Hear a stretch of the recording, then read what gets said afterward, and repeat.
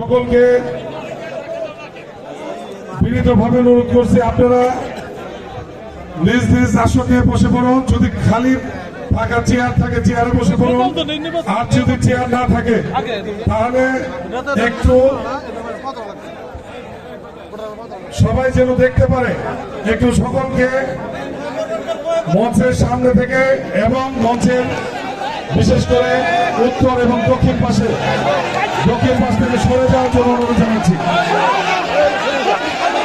আমাদের আজকের এই মত বিনিময় এবং শুভেচ্ছামূলক অনুষ্ঠানের কার্যক্রম আমরা এখানে শুরু করতে যাচ্ছি। এই পর্যায়ে আসন গ্রহণ করবেন বাংলাদেশ জাতীয়তাবাদী দল বিএনপি শ্রীমতী উপজেলা শাখার সংগ্রামী সাবেক সভাপতি, বর্তমান শ্রীমতী উপজেলা বিএনপির সংগ্রামী জননেতা জনাব আব্দুর রহিম দুলাল ভাইকে